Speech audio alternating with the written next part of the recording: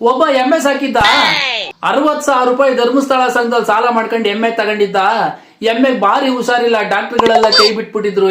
ಸತ್ತೋಗ್ತ ಕಣ ಇದು ಬದುಕಕ್ಕಿಲ್ಲ ಅಂತ ಹೇಳ್ಬಿಟ್ಟಿದ್ರು. ಎಮ್ಮೆ ಇನ್ನೇನು ಈಗ್ಲೂ ಆಗ್ಲೋ ಅಂತದೆ. ಇವ್ನಿಗೆ ನೋಡಿದ್ರೆ ಸಾಲ ತೀರ್ಸಿಲ್ಲ ಅಂತ ಭಯ.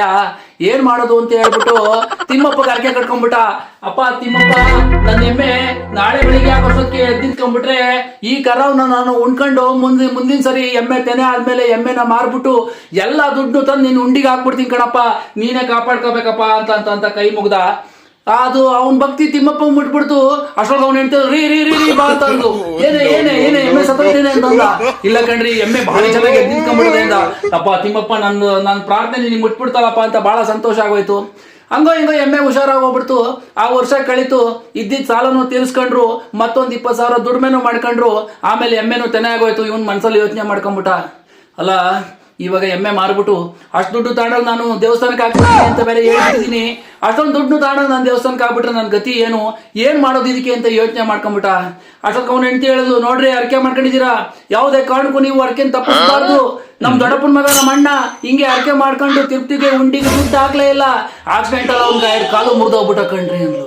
ಅಯ್ಯೋ ಇವ್ನ ಮನಕಾಯ ನನ್ನ ಕಾಲಿಗೆ ತತ್ತಾವಳಲ್ಲ ಅಂತೇಳಿ, ಆಯ್ತು ಕಣಮಿ ಎಮ್ಮೆ ಮಾರ್ಬಿಡ್ತೀನಿ, ಹೆಂಗಾರ ಮಾಡಿ ತಿರ್ತಿಗೆ ಹೋಗಿ ದುಡ್ಡು ಹಾಕಿ ಬಂದ್ಬಿಡೋ ದೇವಸ್ಥಾನಕ್ಕೆ ಅಂತ ಯೋಚನೆ ಮಾಡ್ದ.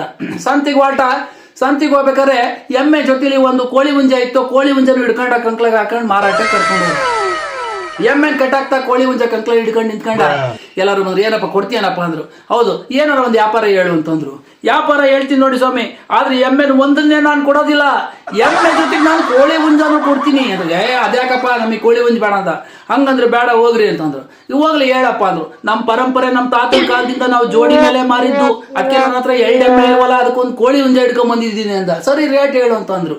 ನೋಡಿ ನಂದು ಒಂದೇ ಮಾತು, ಈ ಕೋಳಿ ಹುಂಜಕ್ಕೆ 60,000 ರೂಪಾಯಿ, ಎಮ್ಮೆಗೆ ಬರೀ 500 ರೂಪಾಯಿ. ತಲೆಗಿರಿ ಕೆಟ್ಟೋಯ್ತೇನೋ, ಎಮ್ಮೆಗೆ 500 ರೂಪಾಯಿ ಹೇಳ್ತಿ, ಕೋಳಿ ಹುಂಜಕ್ಕೆ ನೋಡಿದಷ್ಟು ಇಲ್ಲಿ ಬೇಕಾದ ತಗೊಳ್ಳೋಣ, ಬ್ಯಾಡ ದಿನ ಮುಂದಕ್ಕೆ ಹೋಗೋಣ ಅಂದ್ರು. ಸರಿ, ಅವ್ರು ಯೋಚನೆ ಮಾಡ್ಕೊಂಡ್ರು, ಯಾವ್ದೋ ಸರಿಯಾದ ಗಿರಾಕಿನ ಸಿಕ್ಕೈತೆ, ಎಮ್ಮೆನು ಭಾರಿ ಚೆನ್ನಾಗೈತೆ, ತಗೊಂಡೋಗ್ಬಿಡೋಣ ಅಂತಂದ್ರು.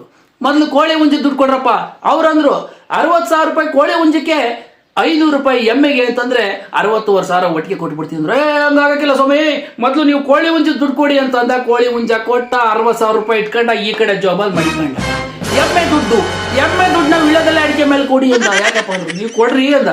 500 ರೂಪಾಯಿ ದುಡ್ಡು ಇಟ್ಬಿಟ್ಟು ವಿಳ್ಯದಲ್ಲೇ ಅಡಿಕೆ ಮೇಲೆ ಕೊಟ್ರು. ಹೊಸಿ ಜೋರಾಗಿ ಹೇಳಿ, ಇದು ತಿಮ್ಮಪ್ಪನ ಕೇಳಿಸ್ಕೋಬೇಕು ತಿರುಪತಿಲಿ, ಹೇಳಿ ಒಂದಿಷ್ಟು ಜೋರಾಗಿ ಅಂತಂದ್ರು.